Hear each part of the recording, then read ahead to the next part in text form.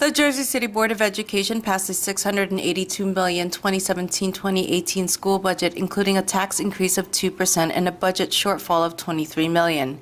Based on a presentation from the Jersey City Board of Education Business Administrator Luigi Campana, the total general fund for 2017-2018 is $580 million. This includes a tax levy of $116 million, state aid of $420 million, and federal aid of $967,000. The special revenue fund is a total of $102 million. After a lengthy presentation, it seemed that the board members were still not convinced of the proposal, beginning with Lorenzo Richardson. You know, when I asked the question on Tuesday night about the area of, I believe it was human resources, you know, we had the $8.6 million in there, and then all of a sudden, on this year's budget and next year's, this upcoming year's projected budget, is projected to be, well, this year 674, which is another just the 0.6 million, and then about, you know, 856 for the next year. And, you know, I mean, that's a dramatic drop. You know, and then I also expressed, you know, the other concern about the business office / district-wide expense line going up by 3.2 million. And then the legal line going up by about 200,000, not only for this year, but for staying stagnant for next year at that level, another the same at 200,000. The drop in the HR budget was because we moved the allocated expenses for substitutes, which was sourced out during that year that you see the $8 million. It went to an internal operation, so those dollars were moved to the payroll, to the business operation, because we would pay the subs.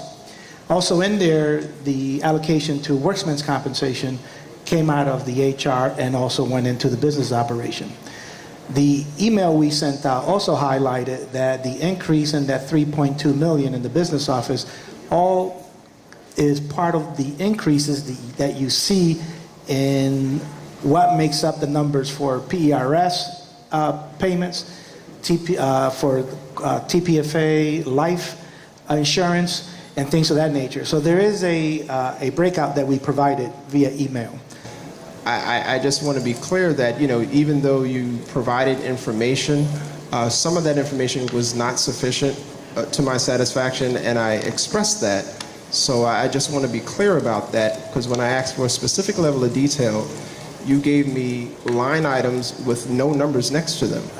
Mr. Richardson, the details that you were asking for in the categories are in the 200 and plus detailed document that you're looking at. That if you look at the agendas for the last few months, you're going to see dozens and dozens of teachers who are leaving the district.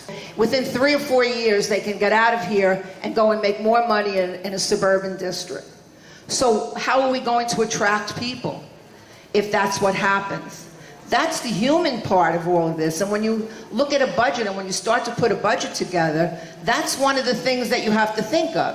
Yet this budget contains nothing for teachers. The Chapter 78 issue is something that's very concerning to me. If Kevin Reed's numbers are right, and if the teachers are definitely contributing $40 million in healthcare costs, the unions are looking to cut down that number. Now, they could be looking to cut down that number to 0. They could be looking to cut down that number to 10 million, or 20 million, or 30 million. But regardless, there is that effort from the other side to get that number down. But this budget pretends that that event is not going to happen.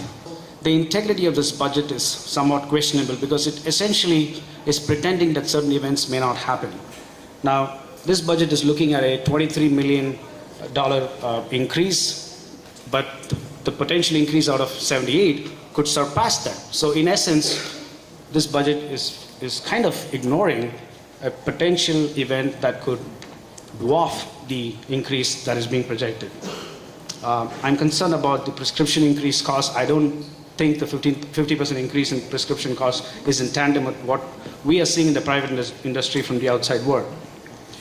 The other issue which I asked about and I got an answer, which is now doesn't seem to be so, is the $250,000 increase, which was highlighted as a cost increase on account of labor relations. The specific input given to us was this was a amount allocated for labor negotiations for the upcoming contracts. But when I asked the specific question, the response I got was that it was for workman compensation cases. It doesn't add up.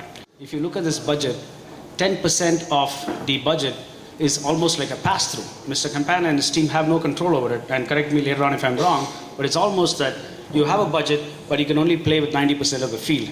That is a disadvantageous position to start, and I think I would like to strongly urge the board members and the district to sit down and have an open, transparent conversation as to how we can take this head on, because it's almost setting yourself up for failure when you're taking 10% off the budget and you say you have to only play with 90% of the field. The budget was adopted 5-4 with trustees Angel Valentin, Richardson, Roman, and Vice President Thomas voting against. Hudson County View, the eye of the community.